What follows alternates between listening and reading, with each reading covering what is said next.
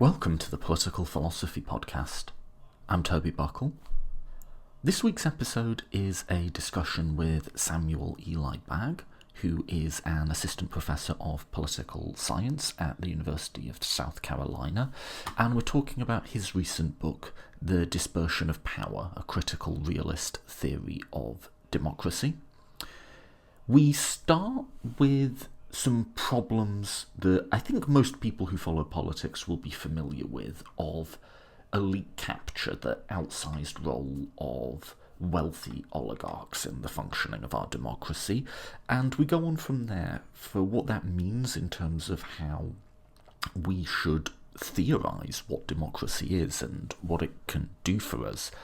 And I bring up, and we get into at the end, sort of the cases for and against what you might call lesser evil voting, which, as long-term listeners will know, is sort of one of my hobby horses.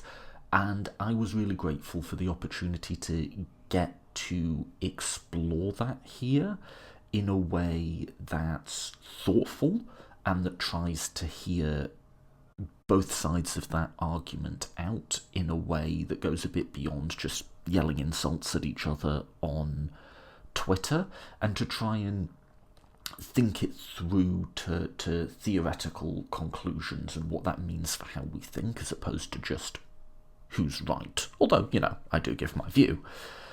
So I really loved being able to have that conversation, and I really enjoy being able to have proper back and forths with people who've really gone through and done the work of theorising this. And I will say, I do very much recommend Samuel's book.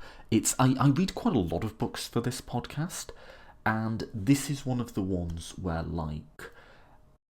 certain ways it puts things and certain sort of frameworks it builds, I'm like, oh, I'm going to take that away, and I know that I'm going to use that in future conversations.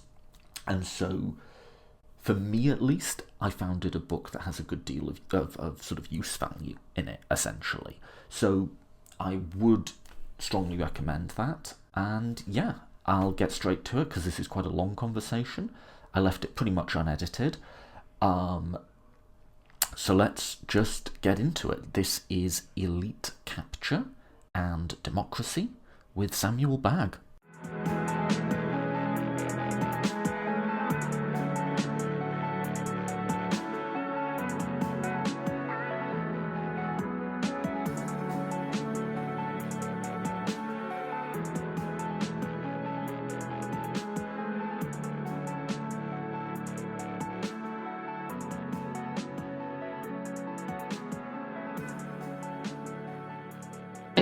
I am joined today by Professor Samuel Eli Bagg. Samuel, thank you so much for coming on the podcast. Thanks for having me, Toby. So what's your quick potted bio? What are the topics you like to write and think and talk about? Yeah, I mean, my interests are really all over political philosophy, but in the last 5-10 years, I've been mostly focusing on democracy, which is a big enough topic in itself. Thinking about all sorts of questions: what it is, why it matters, how to make it better. It's kind of how I think about the field of democratic theory, is trying to answer those kinds of questions. So, particularly in the context of the US, maybe a bit more broadly, but I think particularly in US politics, for quite a while now, we've been talking about the issues of money in politics and the outsized influence of the 1% and so on. I just watched a talk you did, Compass Colloquium, possibly called, at that venue, where you distinguished in terms of thinking about elite control of democracy between the visible and the invisible aspects. Mm-hmm. Should we start there with this conversation as a way into the democratic theory stuff? Well, yeah, so I would say that the most visible kinds of problems with contemporary politics, the most visible ways that elites tend to control politics, the ones that we think about when we're thinking about reform, that's really where this ends up, is the kinds of money that people give to campaigns, or the kinds of money that people give to super PACs and lobbying organizations and so on and so forth. And of course, that is an important vector for the influence of large, people with large amounts of money on the political process.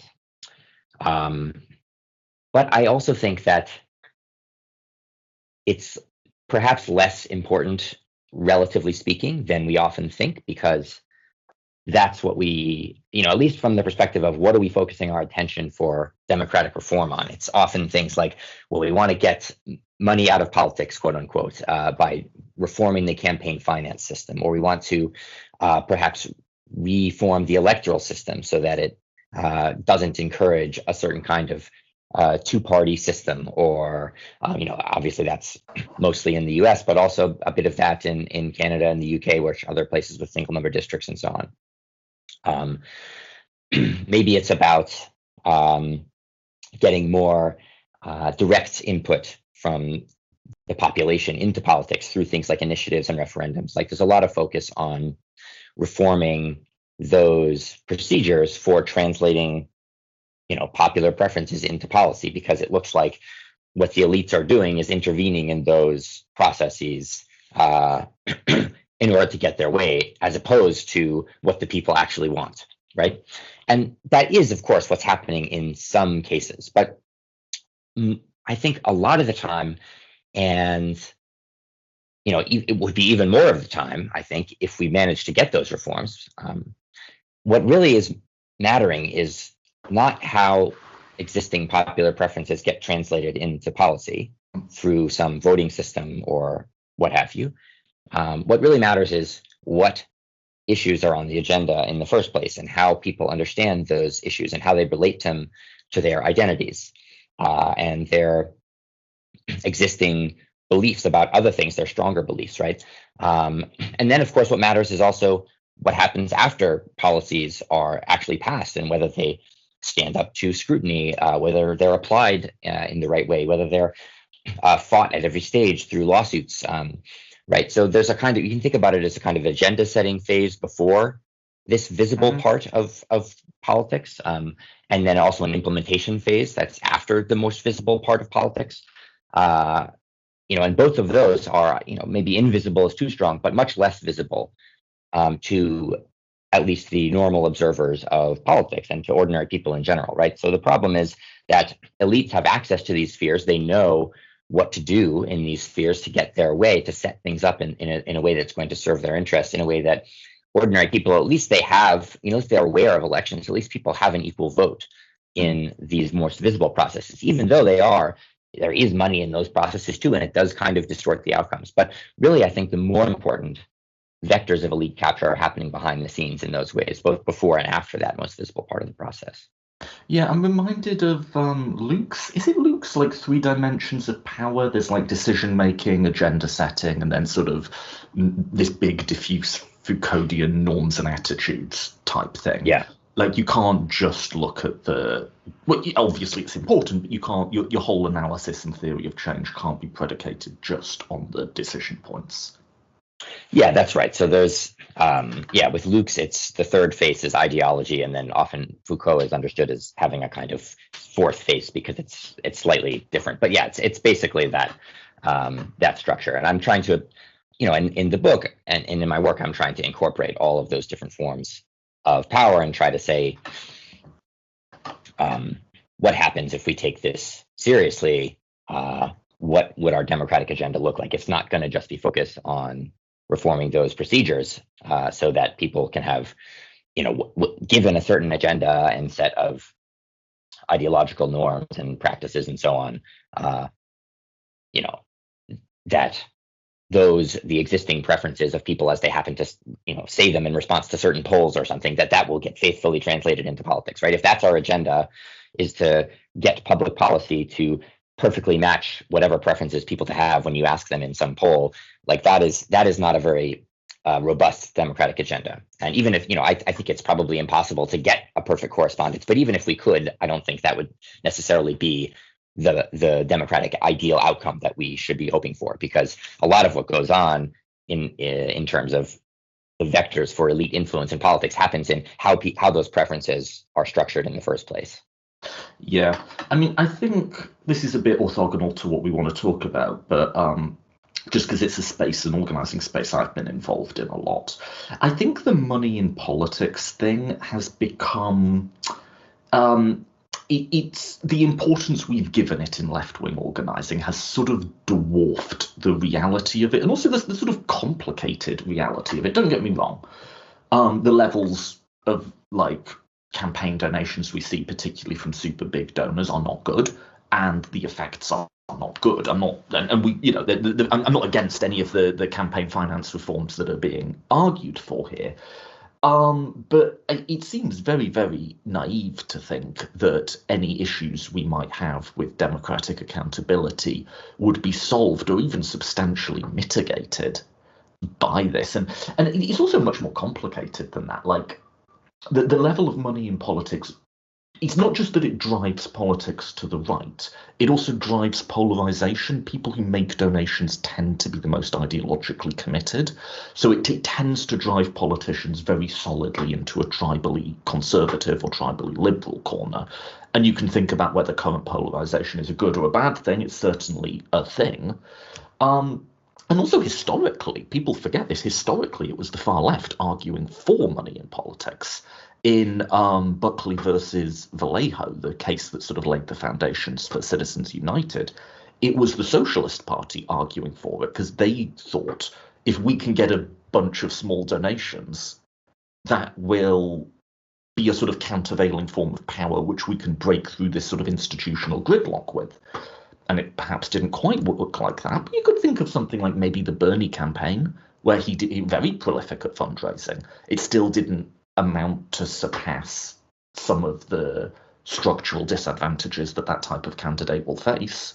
All of which is to say, and you could think of like Wolfpack Cenk Uyghur's big fundraising thing of like, let's make a constitutional amendment on like money in politics, and like, sure, that's something you can put organizing money towards. I wonder what else it could have gone towards. All of which is to say we have spent a lot of time and energy on this to the exclusion of a lot of other things. And I think it might be time for a bit of a reevaluation on, is this like the root cause, the Fonzette Origa of everything else? Yeah, I think that's exactly right. And I think that if you take a comparative perspective, looking at other countries that do have quite strong restrictions in campaign finance, I'd say Germany and some European democracies, like it's not the case that money doesn't play a role in politics, or that it's even very much less in the United States. It's just less visible. And in a way that the fact that it's concealed helps it go unnoticed. So, and for example, public funding of elections. I mean, there's this whole idea in European political studies about the cartelization of party structures. Once public funds start to be dispersed for political parties and their campaigns, that's the sort of alternative to private funding of elections is public funding. Well, once you have public funding, then the people who are in charge at the start of that get to set the rules, and they get to determine which parties, how you qualify for public funding. And this among a number of other mechanisms is how parties kind of entrench themselves in power by making the rules of public financing such that it benefits those existing parties, and they kind of serve as a cartel to keep other parties out. Which in certain contexts you might think is an okay outcome, but it's certainly not. Escaping the influence of money in politics in that sense. No, or you could look at the UK, where our political parties are not especially well funded. Like if you look at like what the Labour Party or Conservatives would spend in an election campaign, it's nothing compared to what an American political party would spend. And a lot of the election campaigns are a lot shorter too. I mean, that helps. Yeah, it helps, but it's tiny amounts of money comparatively, and it's having worked on both British and American election debates, it's very amateurish. But our parties are still very pro-business, shall we say. Like that, and they're at the moment just out competing each other for who can be most brutal to immigrants. It hasn't solved these sorts of problems. Right. Anyway, we could go down. We could spend a lot of time on that. Returning to the case at hand, a concept that does a lot of work throughout your entire book is state capture. Can we just spend a minute to talk about like what you mean in general terms by that? Sure. Yeah. So I don't think we've introduced the book itself. Oh, we haven't named it. Please go ahead. So the book is called The Dispersion of Power: A Critical Realist Theory of Democracy. It came out earlier this year from Oxford University Press. And yeah, so state capture is the kind of first big concept, with this sort of dispersion of power being more the second big concept down the line. So the idea is to rethink the value of democracy, the meaning of democracy, in terms of as a way of resisting state capture rather than achieving some kind of collective self-rule. So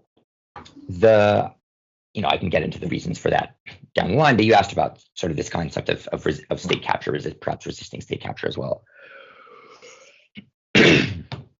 So the basic idea of state capture is just that it's any time when some partial interest faction group uses state power for its own interests at the expense of everyone else or other groups, to public interest, broad public interests.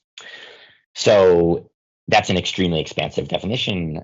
That means that capture is everywhere. Every time the state makes a policy that benefits some more than others, that's going to count as at least a minor instance of capture, right? So you can never eliminate capture altogether. There's always going to be different, as long as there are states, there are going to be ways that they're used in ways that have differential impacts on people, right? So the question is, how do you so the problem is that some groups generally have a lot more power than others, and they're a lot better organized, and so they're better able to get the state on their side in that sense. So it's not the case that there's just all different parts of the state are captured by all different groups and so on. There's not a balance in that sense. What happens is that certain groups, because of their greater resources and organizational capacity, are able to get the state to serve their interests, pervasively. And so the state is captured in not just one or two ways, but all sorts of ways, all sorts of very consequential ways, by those groups. And they vary from society to society which groups those are. But in all societies, I think the sort of group of wealthy elites has some degree of pervasive capture over the state, and then other groups as well. Men in most societies, can be understood as a group that have some degree whose interests are supported to some degree by the state. In settler societies and other post-colonial societies, white people typically have that kind of status as well, right? So there's other groups as well, but almost throughout I don't even know why I say almost. I think in every society there's a group of wealthy elites who have that sort of disproportionate power over the state. So that's what state capture does for me. It's this broad concept that can include very small instances of corruption, say, by a single individual or a family or a network of cronies or something like that. And it also encompasses these much bigger ways in which the state can be said to serve the interests of one group over another. And if we think of democracy as a way of resisting state capture, I think it both explains what is valuable about existing institutions like elections in the sense that they help to prevent the absolute worst and most pervasive forms of capture that you might get in an authoritarian regime that doesn't have elections, that doesn't force people to rotate in power, that doesn't force the people in power to pay at least some degree of attention to what people on the ground want. And so it's better than the alternatives, basically. And there's no other system that could do better, I think, than elections at preserving that basic form of protection against capture. And at the same time, this idea of resisting capture, because capture is such an expansive concept, it gives us it also gives us a lot of angles for criticizing states that already have elections, right? And for charting a path forward in terms of reform, in terms of where we should devote our civic energies, where we should devote our resources, right? talk about wasting money on campaign finance reform and other projects, right? If we understand the mechanisms of capture better, then I think we will have a better sense of where to direct our energies. So yeah, it points out the flaws with existing institutions, as well as giving us some appreciation for why they're valuable, why we shouldn't switch to some other system that doesn't have elections, but instead why we should focus our energy on improving improving electoral systems, and not necessarily by improving the structure of decision making, but instead by balancing the underlying relations of power. And that's where the dispersion of power comes from, right? The focus for democratic improvement, for democratic democratization generally, at least in societies that already have these kind of entrenched electoral institutions and so on, is to disperse power between groups, social and economic power, organizational power, resources, to make sure that the groups at the top who have the most, don't have quite such pervasive advantages, and they can't capture quite so much of the state for themselves, and that they face, resourced, organized opposition that will actually bring about a more balanced, sort of more egalitarian balance of social forces. So we often talk about the system under which we live, or perhaps more accurately, the ideal towards which the system into which we live aspires, as liberal democracy, which is sometimes, as with all hyphens, slightly awkward, and sort of one of the workhouses of political philosophy, political theory, is talking about the potential the potential tensions between those two sides of the equation, talking about the times in which the demands of liberalism and the demands of democracy might pull us in down different paths, and what we should do then, or more theoretically, where the logic and rationale and underlying arguments of liberalism and democracy seem to be on entirely different pages. What you do in your book, though, is you focus on the area of overlap, and you make what we've just discussed, the avoidance of state capture and the dispersion of power, the through line of which both liberalism and a sort of more radical democratic vision are pulling together. In broad terms, how does that look in your view?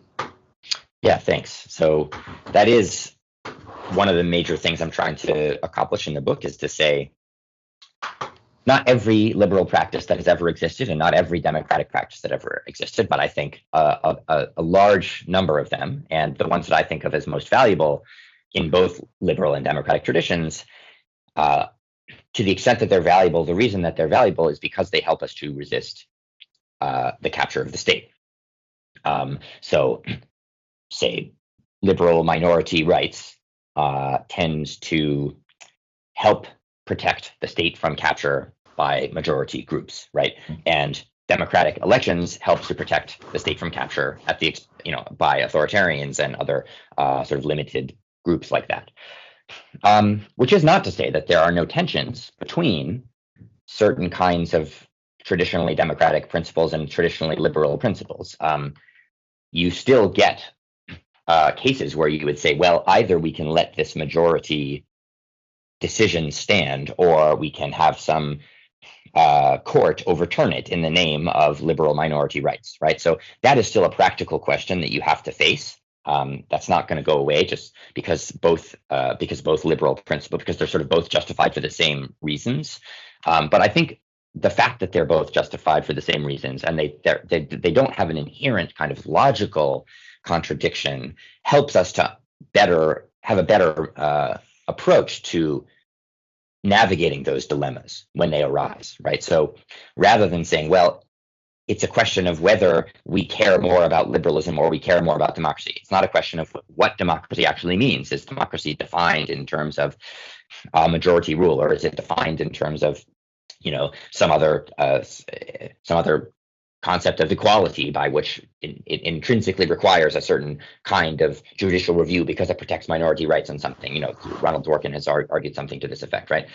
And many others. I mean, so if instead the purpose of both institutions, minority rights and majority rule, is to protect against capture, then it becomes a more kind of empirical question about what is the right balance to strike between those two kinds of practices and institutions that is going to overall, in the long term, in the context that we're facing, that is going to do the best job of balancing the different demands of and the different kinds of capture, right?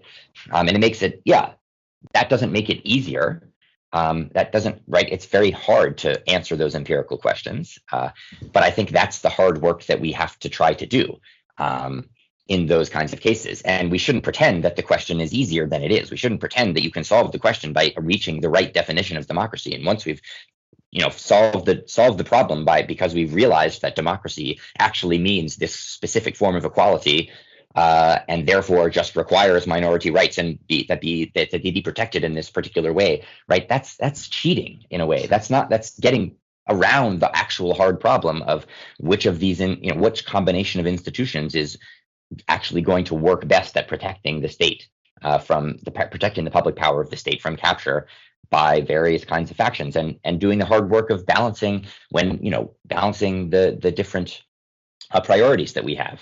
And I think that kind of the fact that the ideal of resisting state capture pushes us in this more broadly empirical direction is a good thing. And I should say it's not purely empirical. Obviously, there are also it's not a well-defined empirical question that can just be answered by having a large enough number of cases that you've studied, right? There are always going to be normative inflections to how this question is phrased and how it's answered and what kinds of data count and so on. But the idea that empirical inquiry is going to play a large role in this assessment, the assessment of this question, I think is important, and one that shouldn't be seen as unphilosophical. And the moment you let some empirical knowledge into your philosophical inquiry, I think there's a tendency to do that and say, well, that's an empirical question, therefore it's like not our problem.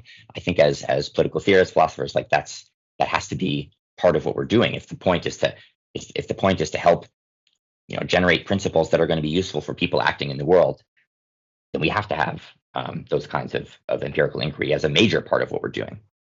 Well, yeah, and it depends what type of philosophy you're doing, right? We're not in the sort of do chairs exist realm of philosophy, right? Yeah. Like, I don't mean to be too dismissive of that. It's just an avenue of inquiry I've never really gone down.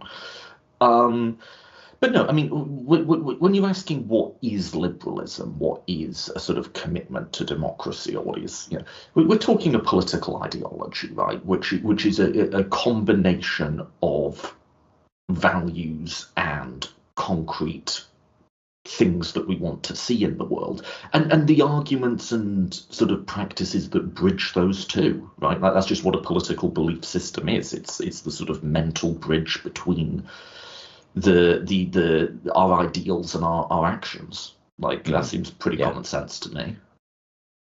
Yeah, I think that's right. I mean, the idea of this ideal of democracy as resisting state capture, it is consciously setting itself up as a mid-level ideal, right? So you might have a number of different accounts of what the sort of fundamental normative ends are. You might be a consequentialist or a utilitarian, or you might also be a Kantian of some kind, or you might think that I might be a kind of freedom as non-domination based Republican, and that's your ultimate value. Or you might think that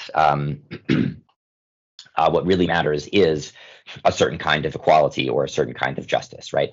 And I think in any of those cases, not for any ultimate end, you could have some, I think crazy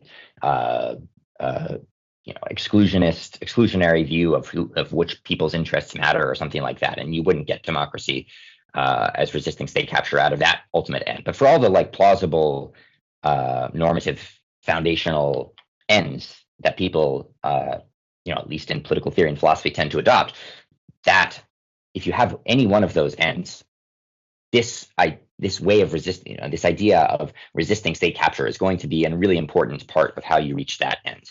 Because of the world that we live in, we have these extremely powerful states. That is what they are, decisions that states make and laws that they enforce and things that they do. The international state system itself, like that, structures our world in such a deep and profound way that in a sense, it's not an accident that so much attention is focused in political philosophy and theory on how to understand and control and shape the actions of those states in a positive direction. And democracy, both liberalism and democracy, I should say, are answers to that question of how best to make sure that states serve broad public interests rather than the smaller factional interests of particular people or groups or interests.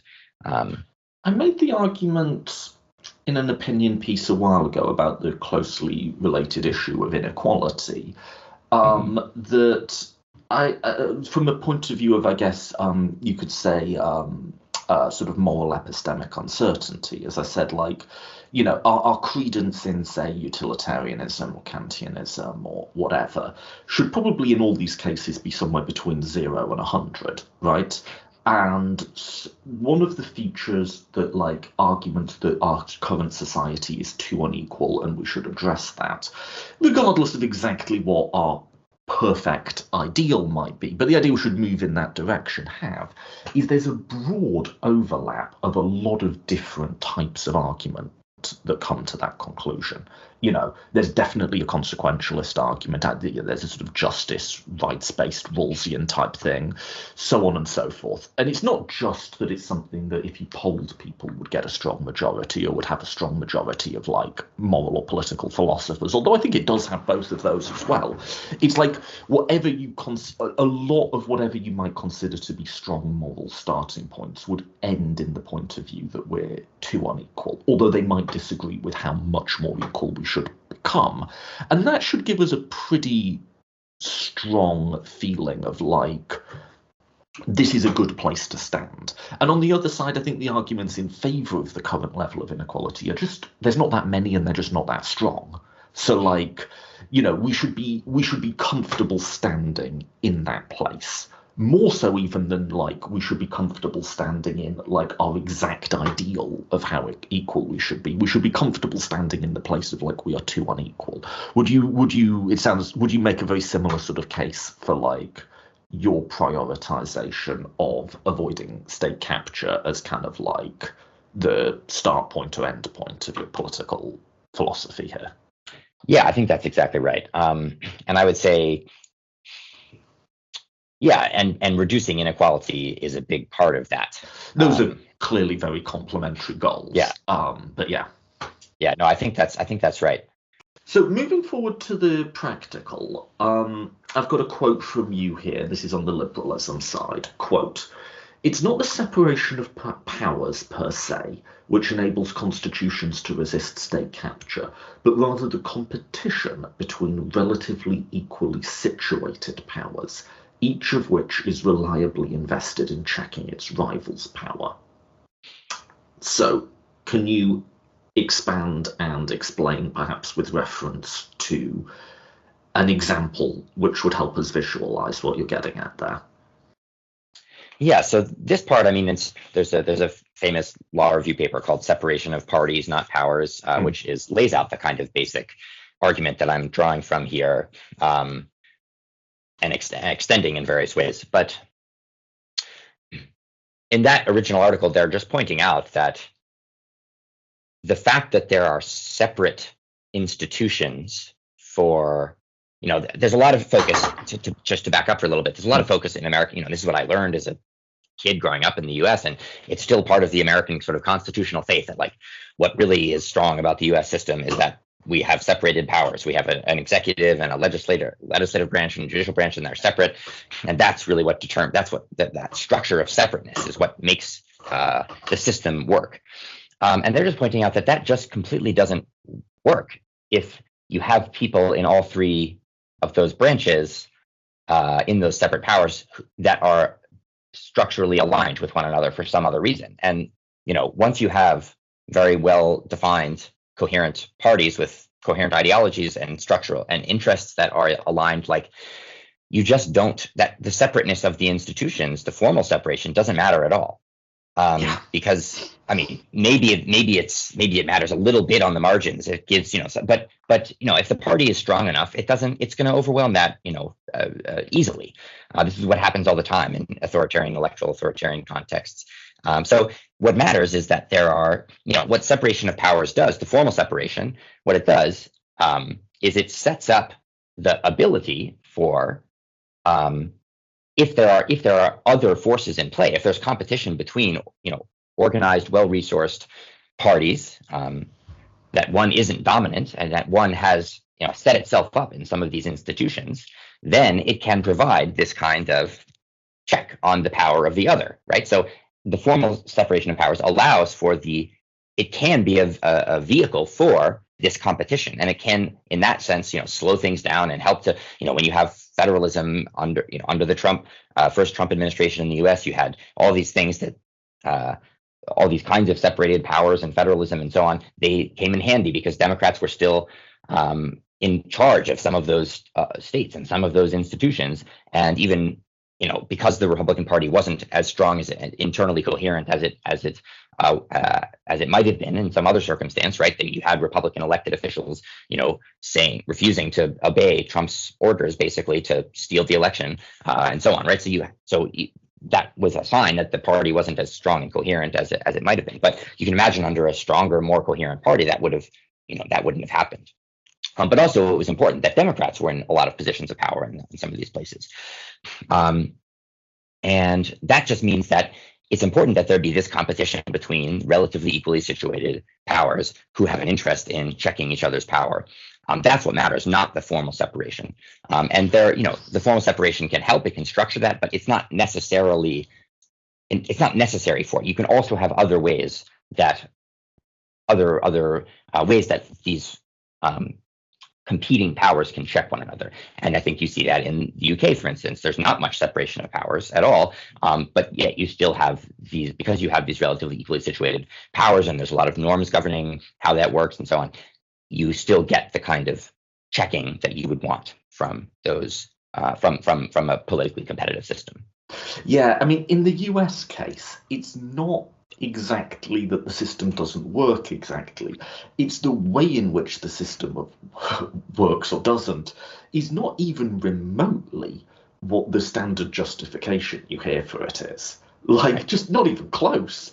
And it's one of these sort of pieties that gets passed down and intoned and sort of dutifully repeated. And, oh, yes, the Senate is the cooling saucer of democracy and so on. But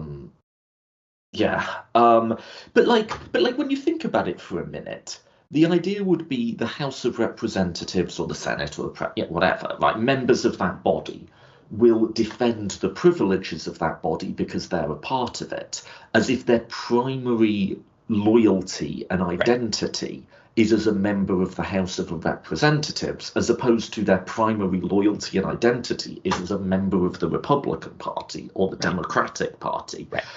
That's just obviously not the case. Yeah. Like, I don't need to do some detailed empirical study there. That's like elephants are larger than mice. Like anyone who spent any time looking at American politics knows that the reason we might wrangle over particular institutional norms, like, God knows, the filibuster or whatever, is nothing to do with people being invested in the Senate as the Senate. It's because we think those might be to partisan advantage or disadvantage. Right. Yeah. I mean, so it's important to say it's not completely imaginary, right? It's not completely imaginary that somebody might have loyalty to their institution. And, especially at these lower level institutions, the election officials and so on, their party loyalty wasn't trumped by their dedication to the institution, right? But yes, on the whole, it is obvious that especially at the highest levels of government, people are thinking 99% about their party loyalty, and perhaps 1% about the institution itself. And at a time when the parties, I think that's, maybe there was also a time in American politics where the parties were structured differently. They weren't so ideologically polarized and so on, where that 1% would have been a slightly more than 1% in terms of, the amount of consideration people give to their institution versus their party. But, this, I think, one of the main reasons this mythology persists is because it's what was written down in the Federalist Papers, which are treated as, I teach the class at South Carolina by state law that incorporates certain founding documents, including some of the Federalist Papers. And I think this is what we're supposed to be teaching, is that, the separation of powers is but basically the people who, Madison, especially, who came up with this idea in the Federalist Papers, in a matter of weeks, when he was trying to serve a very specific purpose of defending the Constitution that they just created, against the anti-federalists, right? Within a couple of years, and when he'd experienced government, that actually parties were unavoidable and actually a good thing, and they were assuming when writing the Federalist Papers that they weren't going to have these organized political parties that were in competition in this way, or at least the strong parties, right? I mean, all of those assumptions completely went out the window, and Madison changed his views after writing the Federalist Papers on so many different things. And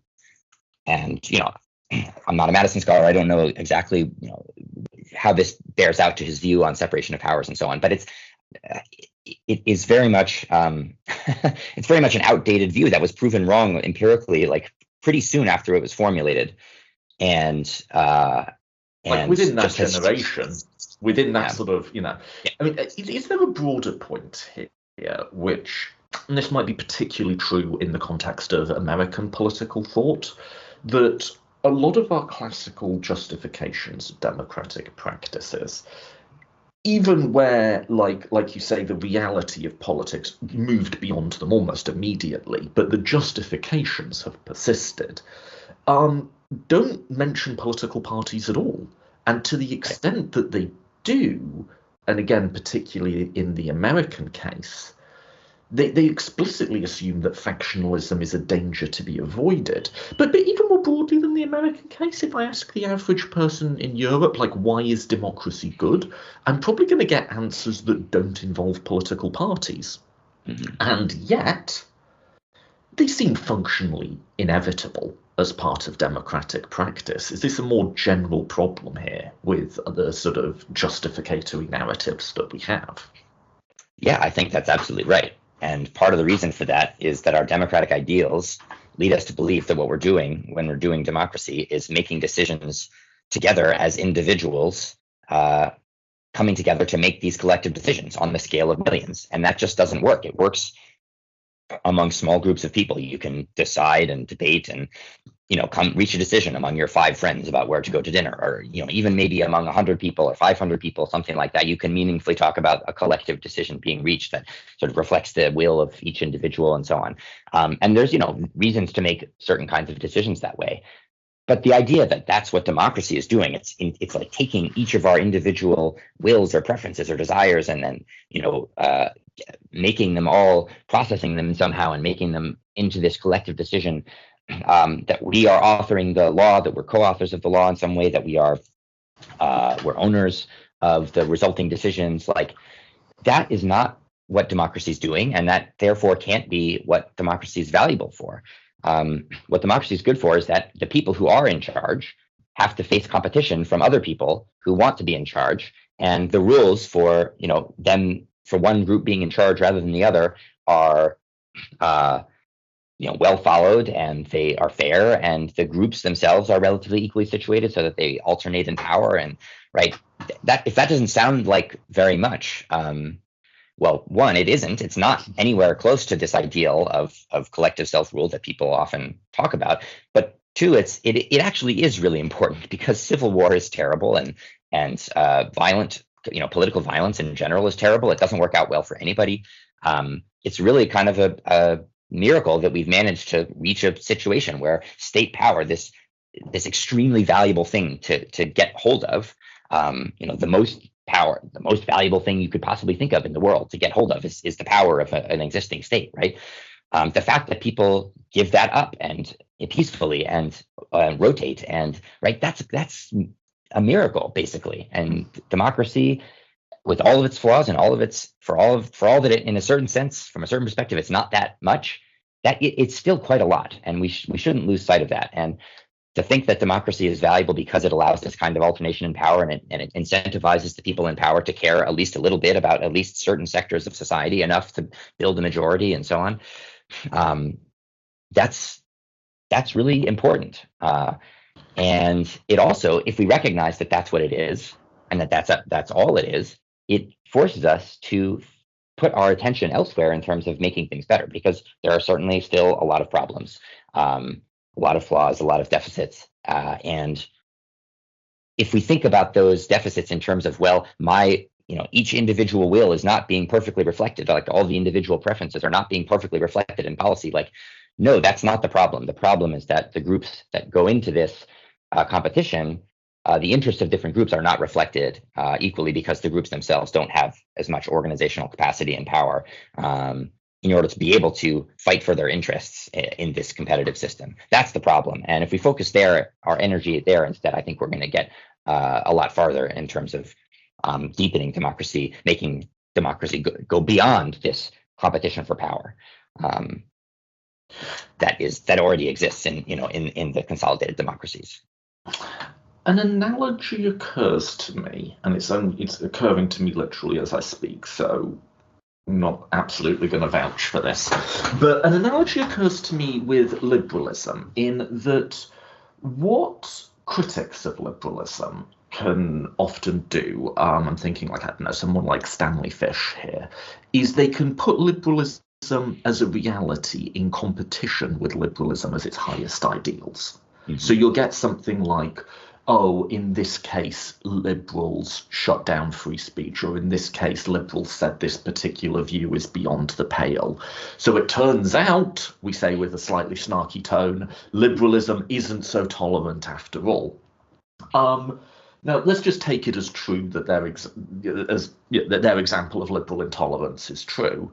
I think, liberalism never made a claim to be perfectly tolerant of all things. But I think it sort of misses the point in that liberalism, where and when it has been instantiated, has carved out areas where it is acceptable to have really profound disagreements.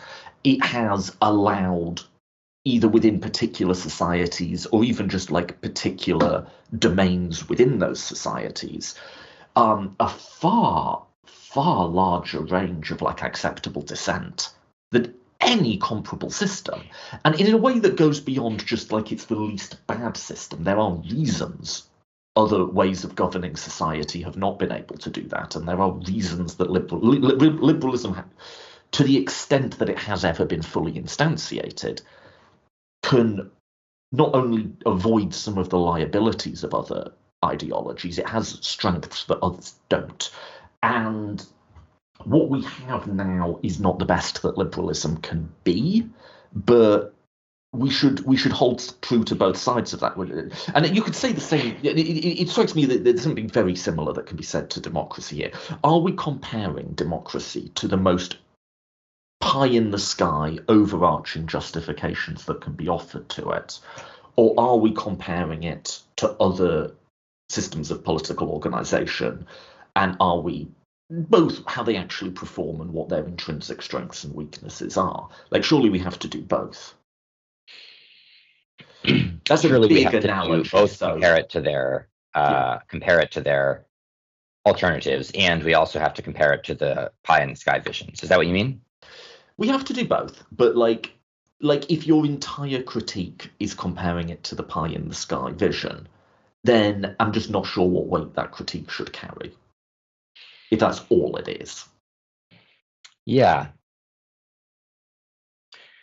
Well, I think there's different ways of doing critique, and different kinds of pie-in-the-sky visions, right? Because in the book, I do also try to provide a kind of utopian horizon, as I call it, which is in a sense a pie-in-the-sky vision, because I think we're inevitably going to have these kinds of things in mind when we're looking at making improvements in the system. And I think we have to be guided by a kind of long-term vision as well as these more short-term visions. So the question is like, which pie-in-the-sky vision, which utopian horizon gets our intuitions sorted in the right sort of way and oriented in the right sort of way?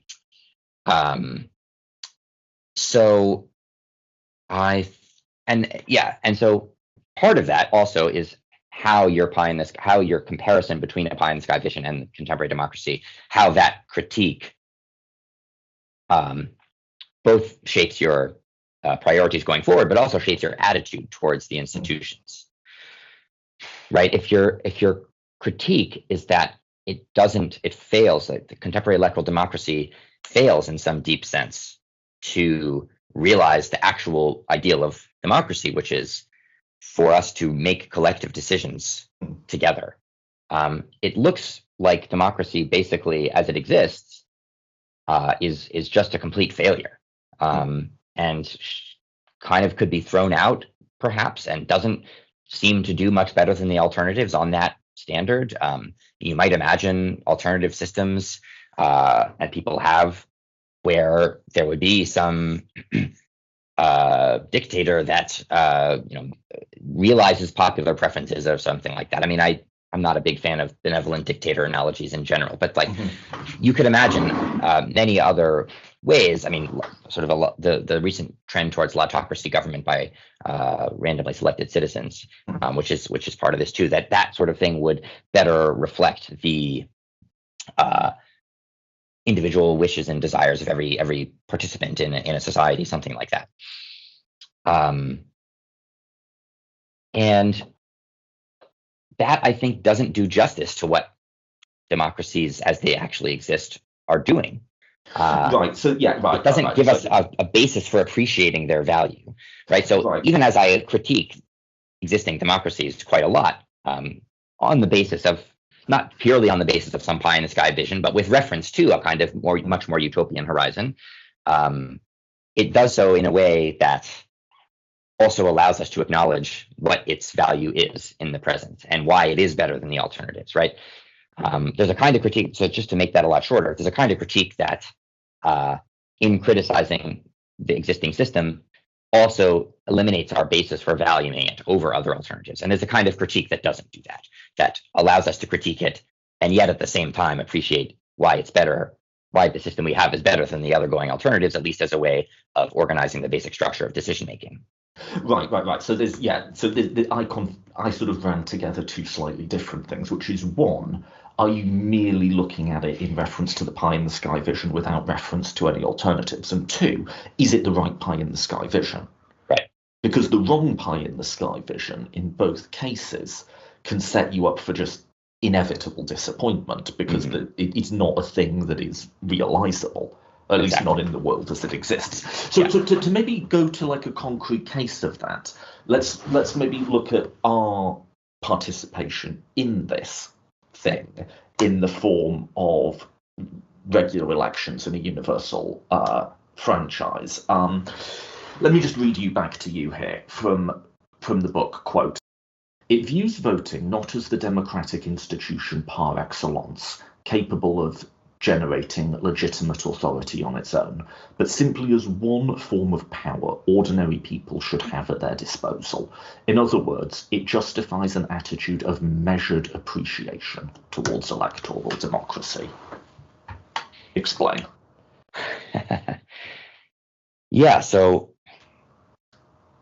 I think if you see democracy as fundamentally about collective self-rule, collective decision-making, then either voting is capable of generating legitimate authority, because that is how we make decisions together, is we vote. Some people do think that, right? At least to a certain extent. I mean, in a way, this is a popular view of democracy, and one that is upheld, when politicians say, well, I was elected by a majority, and therefore my decisions are legitimate and they have democratic authority, right? So that is a way that sort of ideal is used. It's also, there are some political philosophers like Jeremy Waldron, for instance, for more complicated reasons about equality and so on, also think that this guarantees, the basic fact of majority elections, majority rule voting in elections guarantees a certain kind of basic legitimacy that other, things and potentially authority that other systems don't and can't. But that, I think, most political philosophers reject that and say, no, you can't get legitimate authority out of elections, just the fact of majority rule elections as we know them, for a whole host of other reasons. And so instead they take the other horn of that dilemma, which is to say, well, then systems that we have don't have legitimate authority, or they're not legitimate because this decision procedure, in a sense, isn't the right one to generate legitimacy. In order to get legitimate authority, you'd have to have all sorts of these other conditions fulfilled, and people differ on which ones those are. But that's the basic idea. and there's a kind of all or nothing property that, some people try to sort of massage it, but the ideal of legitimate authority through collective decision making, I think, inherently has a tendency to frame things in a kind of binary offer-on way. Like either we have this legitimate authority or we don't, because either the decision procedures are fair or they aren't. And I think if you instead take your goal as this kind of constant practice of resisting the capture of the state, you're constantly trying to resist new threats that are arising, and you're always judging about which ones are most important at any given time and which ones are most pervasive, and you're never you're inherently looking more at things from a more scalar perspective, from a more you're in the middle of things kinds of perspective. You're saying, well, things could be worse and they could be better, and here's why I'm making the decisions that I'm making now, because I think they will get us, they will improve things in this way relative to the other choices that we have. And that, I think, is the right attitude to have towards democratic institutions like voting and elections and universal suffrage and so on. They help us to escape certain kinds of capture, and they are compatible with, and in some cases even perpetuate, others. And so we have this attitude, the correct attitude to have towards them, I think, is measured appreciation. We should appreciate what they do for us without overstating their value. And I think the kind of collective self-rule, collective decision-making idea, because of the way it looks at elections either as the right decision-making mechanism or not, it can tend to either overstate the value of elections or understate them. And the measured appreciation is the kind of middle ground that I think the right attitude to have towards elections. So I agree. I think voting is important. I don't think it's sort of the be-all and end-all and absolutely everything. It's one of many practices we can undertake to support this and other, I would say, goals. I regularly hear from someone who's sort of in our, I'm assuming your politics here, but in our sort of political quadrant of, generally on the sort of egalitarian, social justice-y left, saying something to the effect of, elections don't mean anything. What on earth are you talking about? My two options in the United States are both representatives of the same capitalist oligarchic class. Whoever I vote for, there won't be real change. If I vote for a third party, that's just wasting a vote. And what's more, I don't want to be complicit in that. I don't want to lend legitimacy to the Democratic Party, because I don't think it's good for a variety of reasons. I think the far more principled thing is to sit it out entirely, encourage others to do the same, and maybe on the more radical extreme, that will lead to some sort of state capture by fascists, and in the sort of ensuing chaos, true communism will rise. I don't know. Maybe skip the last bit, but in expression, what would you say? But what would you say in response to that sort of pure cynicism about elections, which I think does have some legitimate inputs into it? Yeah, no, I think that perspective has to be taken seriously, not just because it is relatively common, but also because there's a real observation that it's based on, which is that in many political systems, all of the sort of major available options are serve capitalist interests, oligarchic interests in various ways and to varying degrees, and also are also aligned on other terrible things in the U.S. Foreign policy, like there's a lot of alignment between Democrats and Republicans on all sorts of terrible priorities and so on. So in a way, I think, there's a number of things to say, but you said forget the last part. Yeah, which is about, maybe it will lead to a fascist, then there will be true communism will arise from. But I think it's actually important to think about, well, what is it exactly that you think this strategy is going to accomplish? Yeah.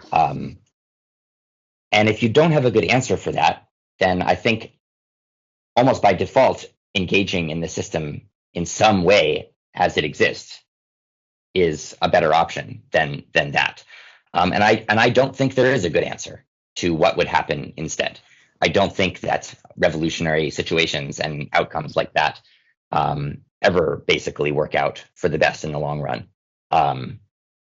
So as disappointing and failure prone as the electoral system is, it's the best we've got. And the best way to engage in that system is one, there are many different ways to engage with that system, and they don't all involve necessarily voting in every single election, right? There are ways of strategic withholding and organizing outside of the electoral sphere to build power in other ways and so on, right? I don't think you should, vote blue no matter who every time. Like there are very reasonable ways to engage with the system, including withholding votes in certain circumstances and so on, right?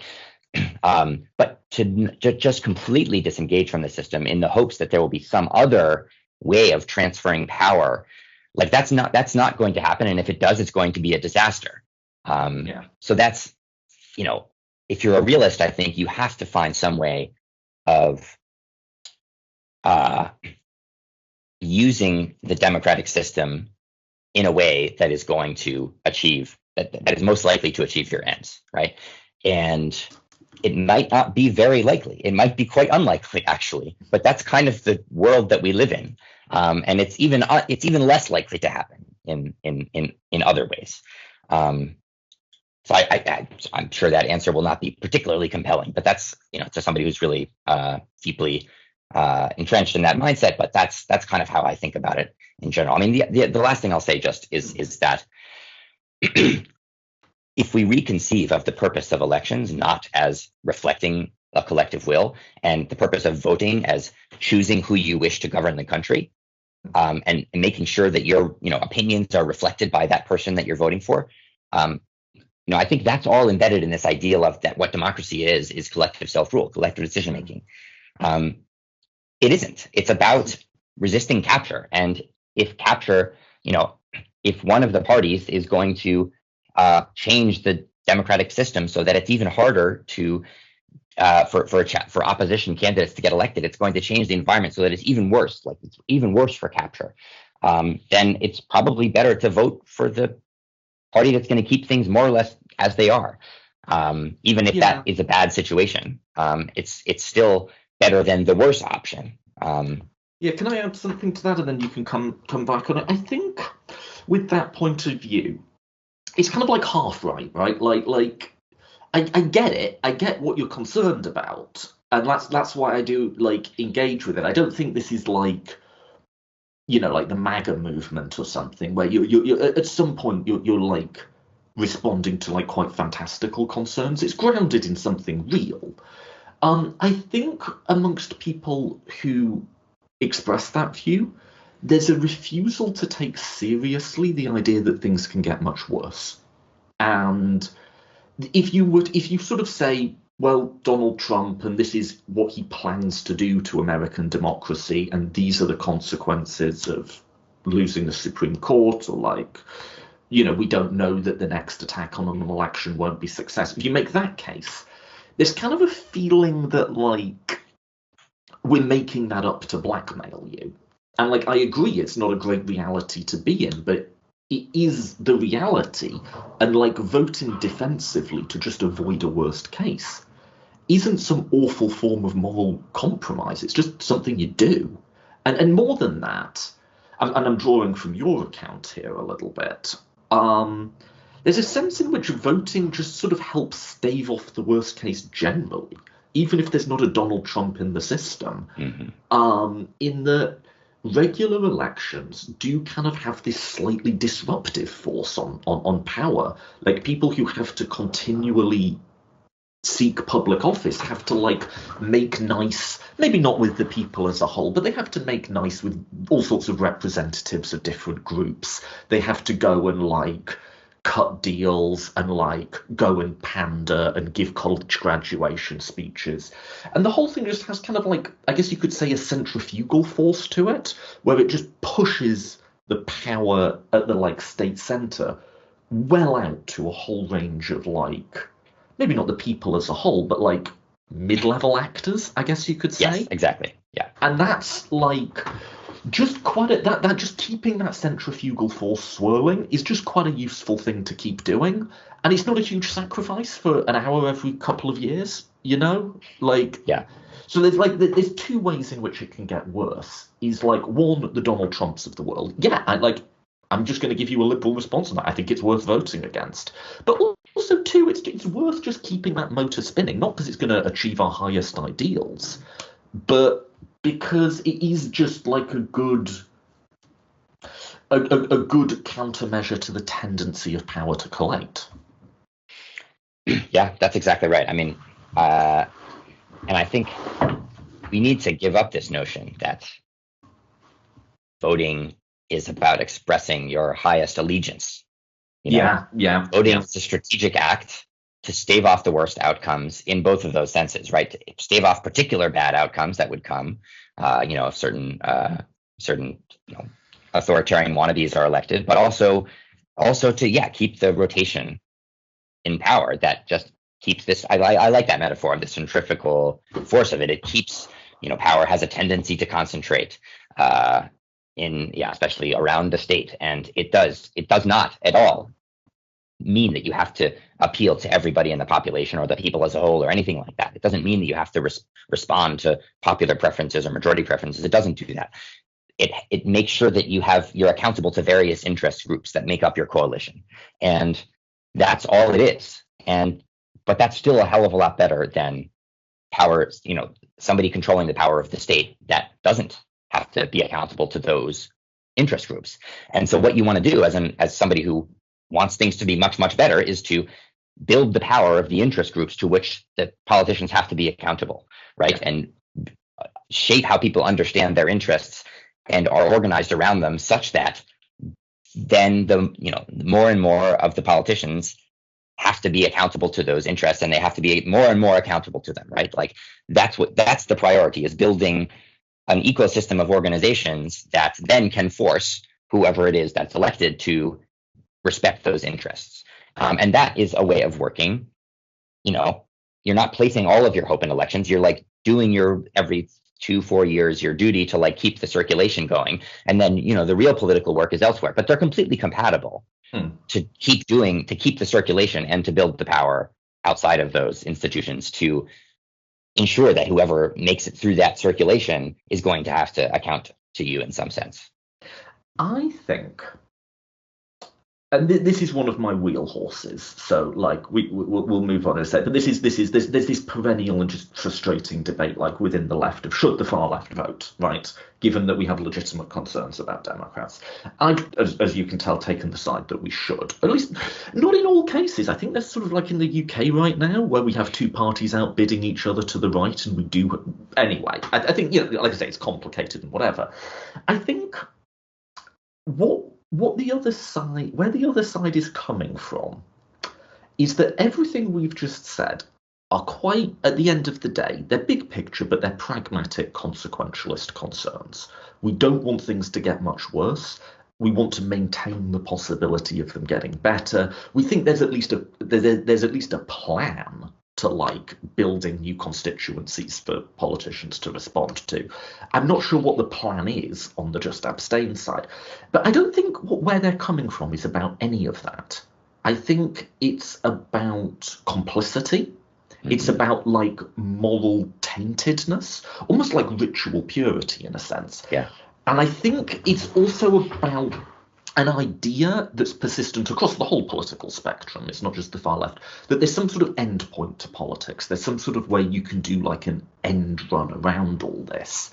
Mm-hmm. And to maybe put it in your terms, what we need is a broad spectrum of efforts across multiple domains that will work against state capture while still maintaining a peaceful society.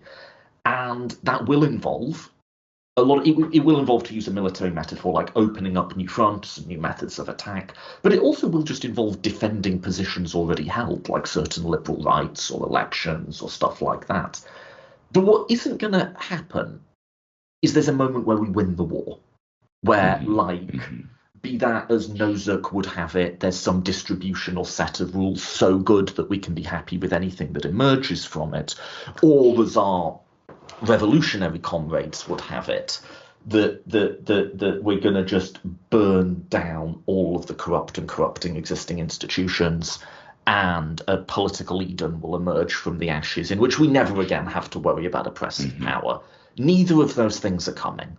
And you might find that depressing. I don't, and I don't think we should. But regardless, that just we have to fight the war, and that's just the reality of the world in which we find ourselves. I think that's exactly right. Yeah, I mean, in this, there's a certain kind of style of liberal reformism that also has this tendency that, well, if we could just get the campaign finance laws enacted, or if we could just switch to a proportional representation system, if we could just have more direct democracy or direct initiatives, right? Like that would solve the problem, because then policy would respond more accurately to the actual preferences of the people, right? So there's versions of this kind of we could reach a state that would be effectively democratic, and once we did that, then things could just run as normal, and we wouldn't have to keep changing and innovating and fighting and struggling. No, the people we're fighting against are going to adapt also to whatever system we put in place. And there's always going to be new dimensions and new battles. And right. So even if we could get some of these goals implemented, the terrain will move, the terrain will shift, and we'll have to keep going. Right. So, yeah, I mean, that's one thing. And you also were talking about the idea of complicity and purity. I think it's those two things. Yeah. It's like the idea of like a political end state, and the idea of like politics as expression, and I'm like being contaminated by my participation within. For me, it's a little harder to get rid of that association. I mean, I think there are contexts in which, I live in South Carolina. I thought about, voting for Nikki Haley in the Republican primary, because, that would be potentially weaken Trump, but, then it's hard to go back and look at, what Nikki Haley's signing bombs, that are going to go kill people in Gaza. Like, if I had done that, I didn't end up doing that. But, I can imagine that, there are certain lines that would seem hard to cross, right? But in the end, I think actually, probably strategically, it would, that feeling of complicity is actually like an anti-political feeling. It's a feeling that prevents you from seeing what's actually your most strategic option and your best thing to do. This politics of purity can be, it can be damaging and to strategy. And if you're thinking strategically, politically, sometimes you're going to have to do things that don't feel right. Now, there is also a function of this feeling of complicity, this feeling of purity. It can protect you from doing things that are ultimately wrong strategically, right? But ultimately, you should be able to cash that out in why it's ultimately wrong in strategic terms, right? If you can't do that, if you can't give a convincing case as to why violating, becoming complicit in this thing is actually going to make things worse, on the whole, in the long run, then I think you should probably just suck it up and become and do the thing that makes you feel icky if the strategic case for it is strong. Yeah, I'm not torn on this one. I know exactly how I feel about this. I just don't particularly feel that way about politics. And the Democratic Party does not represent who I am in some deep sense. Joe Biden is not an avatar for me or my personality or my interests. I voted for him. I'll vote for him again. But it's not an expression of me. And to the extent that I disagree with them, I don't feel contaminated by that. I just don't experience politics that way. Right. At the same time, I sort of wonder if those of us who do feel that way and feel like, well, but come on, like at the end of the day, if there's some way we can take that feeling seriously and speak to it without following it down its most nihilistic conclusions. Mm. Like, I'll give you one example, and I'm just riffing here, is in the French elections in 2000, it was Chirac versus Le Pen, right? So centre-right versus fascist. And after voting for Chirac, the socialists came out of the voting booth and not literally washed their hands. And I sort of thought that was brilliant. Because, like, with lesser of two evils, centre-right is better than fascist, right? You sort of agree with that. But at the same time, it's fucking Jacques Chirac. Like, I get why people felt conflicted there. And I loved the answer of almost like speaking to a ritual purity concern on its own terms with a purifying ritual. I just sort of wonder if there's some sort of way we can accommodate that. Like, I'll give you one example. I was talking to someone who was like, I just don't want Joe Biden to think that, like, I agree with everything he's done. And I was thinking about the water ritual, and I said, okay, would it help you if on the ballot paper there was like a feedback box below it? So you could tick Joe Biden, and then below that you could write, but fuck you. And he was like, oh yeah, that would make me feel so much better about it. Like, that sort of spoke to the actual concern. I don't know. I don't know if you have any thoughts. I wonder if there's some way we can take that concern seriously without just saying, but because be it voting, be whatever, there's always going to be a getting your hands dirty element. But like in a way that we can speak to people's reluctance about that, but still do the things that we need to do. I don't know. Yeah, I like that, washing hands. I mean, maybe we should bring that back this year. Maybe we should just do that, though. Maybe that's the thing. If you feel contaminated, ritually wash yourself. Yeah, I thought it was great. But publicly in groups. I mean, this is where the importance of, organized groups with mid-level elites who are more involved in the political stakes and and can feed back to the people on the ground and be like, look, yes, it's terrible, all the things he's doing, and here's why it's important that we in this union are going to vote for them, or we in this organization are going to hold this line. And then you really can say it's not a feedback box saying fuck you, but it's there's an organization that can continue to say, okay, we're gonna tell our members to vote for you, but here are our conditions, and here are our demands, and we're not happy with this, and here we can withdraw support in less consequential ways. We can make it harder for him, right? There's all these things that you can actually enact. That it's not just an expression of frustration. It's like, we're going to do both at once. An organization can do that. An individual really can't. And so that's why the most important priority is building those kinds of organizations that can do that, rather than any individual act, right? If somebody decides not to vote themselves and instead to devote their time to organizing, like, I'm not going to blame them for that necessarily. I think it's what's actively more damaging is encouraging other people not to vote and putting out that I think is just very, very nihilistic and bad. I wouldn't personally join a group that was like actively urging abstention. I think that would be a red line for me. Okay, so let's end with this, what that looks like then, because I think that's right, because if you're dissatisfied with the options, or not even dissatisfied, but you have this sort of complicity concern, well, you can say well, my one vote doesn't matter. It doesn't matter if I abstain or protest vote. No election's ever been decided by one vote, and fine.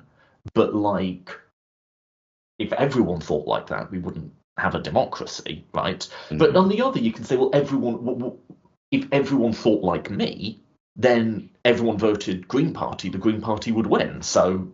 Well, it's more mid-level. It's like, what about the sort of what collectively should the communities and organizations I'm a part of be doing, and what is our sort of collective strategy for engaging with it? There's sort of a mid-level between those two extremes, right? Does that make sense?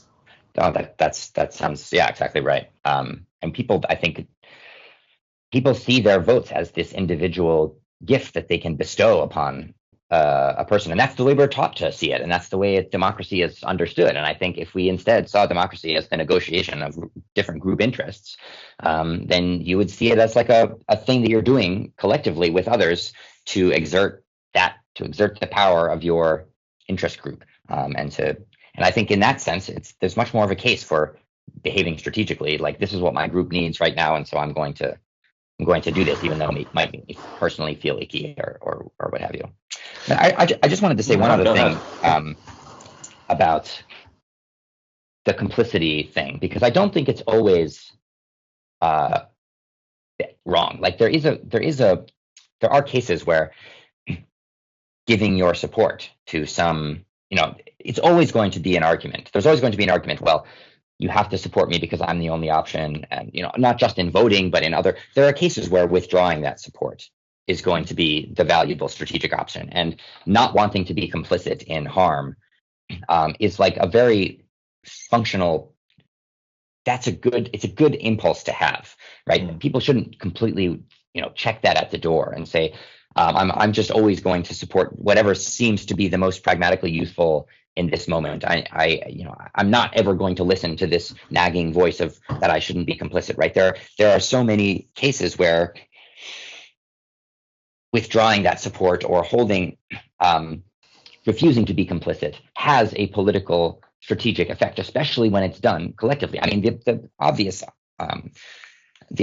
example here is the people who are voting, no preference in the primaries, showing up saying, look, I'm a committed person and I'm expressing my discontent with Biden, specifically for his policies on Israel and Gaza, right? Like, that is not that it's actually changed anything, but that is the kind of collective act that could seriously shift and, isn't also helping to elect Trump, right? It's giving this message of dissatisfaction. Such a different camp. I would put that in such a different camp. Like I don't want to go into Israel Gaza because that's like a whole other podcast. But just as in principle, as a method of expressing dissatisfaction, like a no contest vote in a primary, whatever in a primary. Yeah, that's a very visible way of expressing. And because it's a collective act that has been organized and discussed, and it has this social meaning, it's not just you privately doing some random thing, which wouldn't be read in that way at all. It's this public organized effort to gain a specific goal, right? Because otherwise it could potentially signify anything about dissatisfaction with Biden. It has this particular meaning in this particular moment because of the discourse that's built up around it. And that's what really matters, right? Yeah, I think also there has to be like some sense of like, I know we don't like this on the left, but some sense of like hierarchy. So I'm thinking like in the 2020 election, right? Obviously you've got Sanders, Warren, whatever, running from the left, and Joe Biden wins. And there's kind of a moment where they're kind of Biden, Bernie are like sort of dancing around each other. And then Biden comes out with, and these bits from Bernie's platform, we're totally going to do them. And Bernie goes, I love Biden. He's my good friend. I'm going to be voting for him, and you all should too. And some sort of deal was done there, right? Mm-hmm. There has to be some moment of like follow the leader where we say, okay, Bernie's the leader of this movement. This is what he thought he could get. And for him to be an effective negotiating partner, he has to be able to carry our votes in this way. We have to follow that. You know what I mean? Yeah. There has to be some sort of like collective action behind that. Now, that's not to say Bernie's the perfect. Honestly, Bernie's a better leader than a lot of leftist movements have attached themselves to. There has to be like some sense of that. I think what you can't have is this sense of complicity plus pure individualism. That doesn't work. Like if it's complicity just like how I feel, as opposed to complicity as a member of the socialist left or as a member of this identity group, or you know what I mean? Yeah. If it's just like a pure consumer preference, if it's like I don't want to wear that type of T-shirt because that doesn't express my identity, that's the way we can't be thinking about it. I definitely agree with that last part. Yeah, and that's the kind of vision of what voting is for that I'm trying to unsettle or unseat. It's not a consumer preference. I mean, in a way, that complicity thing is and that feeling is the kind of consumerism about politics. That's a really good analogy. I mean, I would say, yes, there definitely needs to be more respect among certain communities for a certain kind of, okay, look, this is just how politics is. People make deals. You have and like, you can't blame them for making a certain deal in order to get certain. And if you trust the politician, then for other stances they've taken, then they deserve a little leeway, even if they make a decision that you disagree with, and so on. But that, of course, cannot be a universal rule. Like, sometimes politicians screw up and they make bad deals, and you also have to leave open the option for judgment that sometimes they screw up, and that's to take actions based on that understanding. There isn't an easy answer. There isn't a kind of universal rule that you can follow. So it's always going to be about that political judgment, and ultimately everybody does have to decide for themselves. But I think when that moment comes. But in terms of where we are in the spectrum, I think there's definitely a tendency to be too far on the kind of individual consumer preference spectrum, instead of seeing politics as a collective activity that we make sacrifices and make deals and so on in service of. Yeah, I mean, we've maybe spent a bit more time on this issue than I was sort of planning on. I do find it really interesting, though, because it's just such a different set of concerns, like the sort of set of concern of what should our goals be, and then pragmatically, how do we achieve those goals and avoid harmful outcomes, right? And then this feeling of like moral taintedness.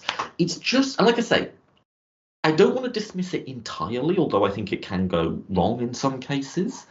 But it's just such a different set of concerns with such a different internal logic to it, that it's really hard to reconcile and make those concerns speak to each other in a way that's productive. And you see that is people who have those opposite sets of concerns can really, and often quite acrimoniously, speak past each other. Mm-hmm. I think it's really, and I don't have a perfect solution to it. I think it's really challenging. Yeah. Well, I think the solution is for people to have those conversations within organized spaces that can ultimately take action collectively. Yeah. Right. So rather than everybody just having the argument on Twitter, where everybody's ultimately just going to make up their own mind, having those conversations in groups and organizations where people feel some collective commitment to one another, and even if they disagree with the outcome, they might be willing to, they at least have some reason to kind of support the outcome and play their part in this broader social whole. And I think that's one of the things that's been lost with the decline of unions and other kinds of political organizations, and even non-political organizations, where people just have times to discuss and sort of make collective actions. That's the key thing for improving democracy, is not changing the discourse on Twitter, which I think is basically just going to be an epiphenomenon of other things that are happening. The key thing is to start building better structures for people to have these face-to-face conversations in everyday situations where they actually can have an impact, starting at local levels and then scaling that up from there. I mean, that's kind of the conclusion of the book. In the last chapter, I talk about different models of organizing. Part of what they're doing is achieving things in concrete ways on local levels, and that's what enables them to have a broader impact because they sustain membership, and they sustain these groupings, and they sustain identity, and they sustain mid-level, lots of different multi-level organizations that feedback in both directions, right? Feedback from the sort of mass base up to the elites, and then feedback also in some cases down from the elites to the mass base to explain, this is how we're doing things, and this is how we need to coordinate our behavior in order to maximize our interest in this case, right? It's because they're achieving things on a day-to-day basis in a concrete way that people can feel that they are committed to these organizations, and their identity becomes invested in them, and that they then start to trust, to some extent, the structures and the elites and the mid-level, multi-level organization that builds them up. And it's when people act collectively in those kinds of organizations that they can be effective at the larger scale. But you need that smaller scale stuff in order to have people be committed to the organizations in the way that will make them effective on a broader scale. Do you have what's your best case? What's your go-to? Do you have a go-to example of Here's the critique from the sort of centrist liberal left. Not even the sort of like right shade of the Democratic Party. They will say, you guys talk about organizing all the time as if like it's the solution to everything. And whenever we say, what are you doing? How are you helping? You say organizing. And then when we ask you what that means, you sort of talk very long about building power and organizing in local communities and so on.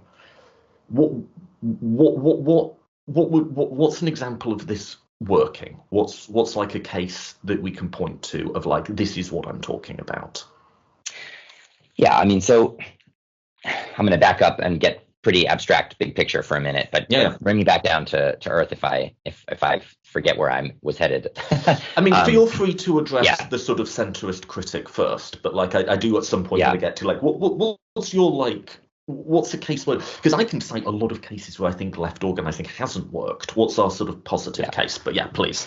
Yeah, so maybe I'll start there actually, which is to say, yes, many things that people claim to be organizing are not, and are not effective and shouldn't be. I mean, that's part of the aim of the last chapter of the book, is to synthesize what I think is some of the best work on what sorts of organizing actually do work and why, and how they actually build power, rather than just saying that they're building power, right? So in some cases, that democratic centrist, is going to be right, that the people who are claimed to be organizing and building power aren't doing that, right? So if they're not, then the other side of that is, well, organizing is hard and it's not going to always succeed at every juncture, and it's a long-term thing, and sometimes you won't see the results right away, and so there has to be some allowance for that too, right? So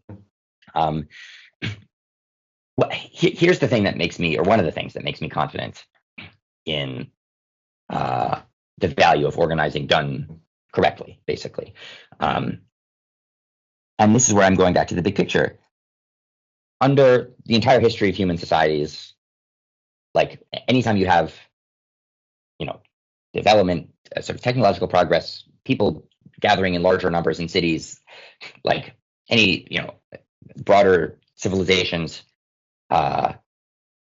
you have people concentrating more and more power and more wealth concentrating in the hands of, wealthy elites, basically.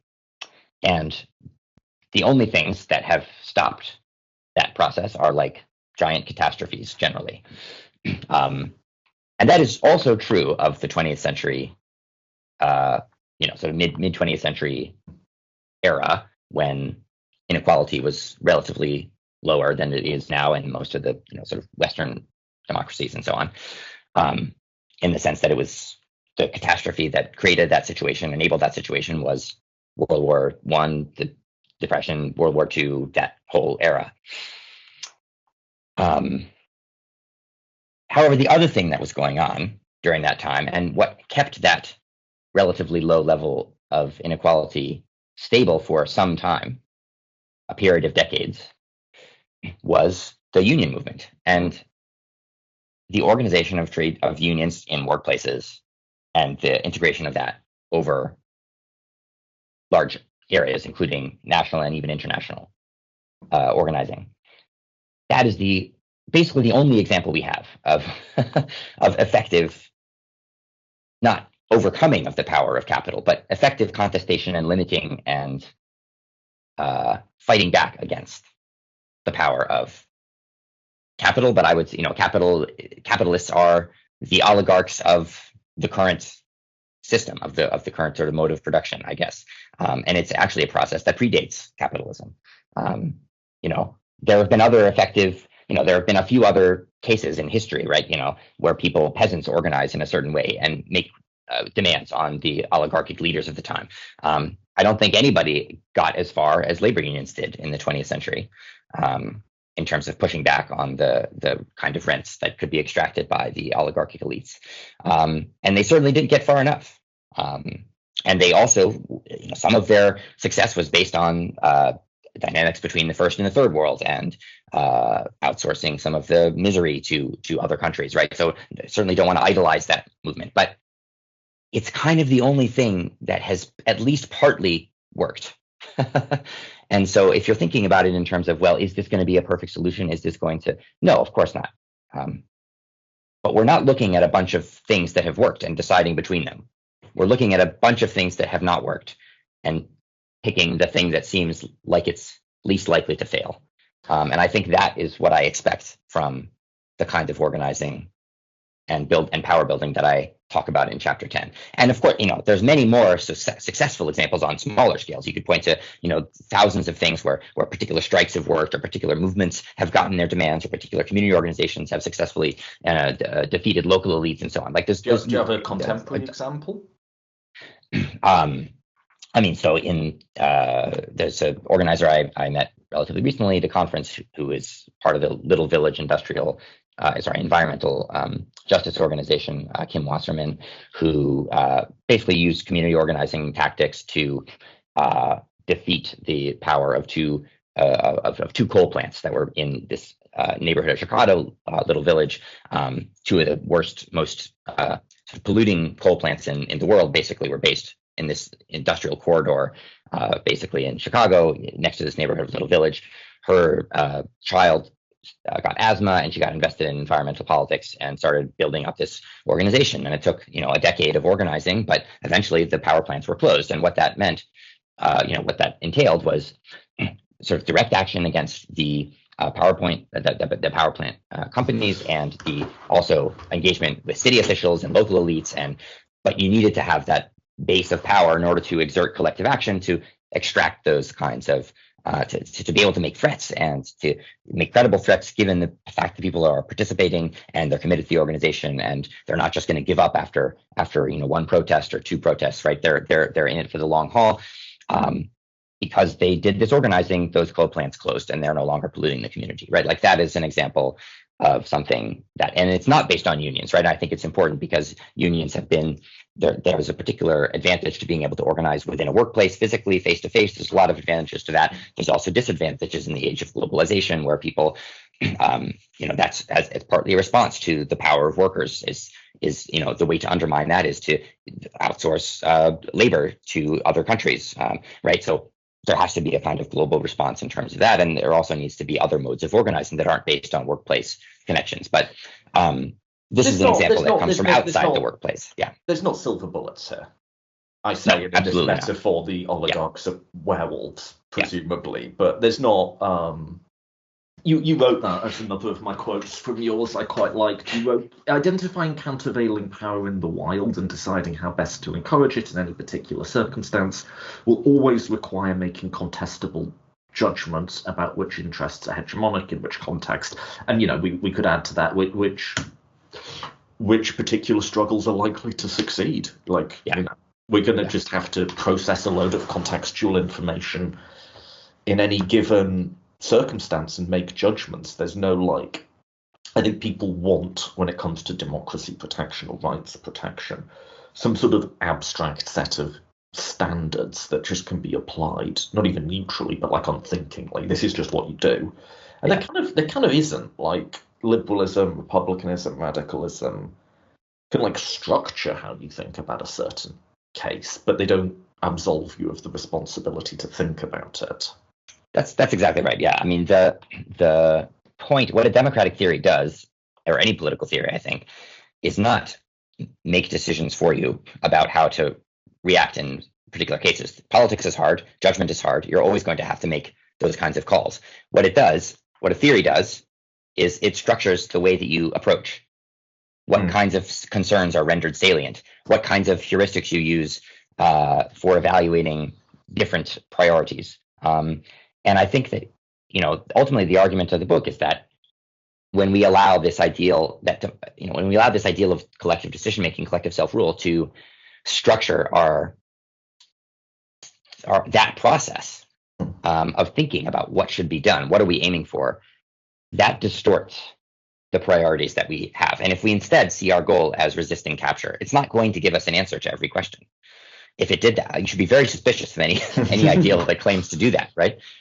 What it's going to do is it's going to live in our heads in a way that's going to push our attention in a slightly more productive direction, that's slightly more likely to, I think, successfully achieve whatever those fundamental ends are that we have.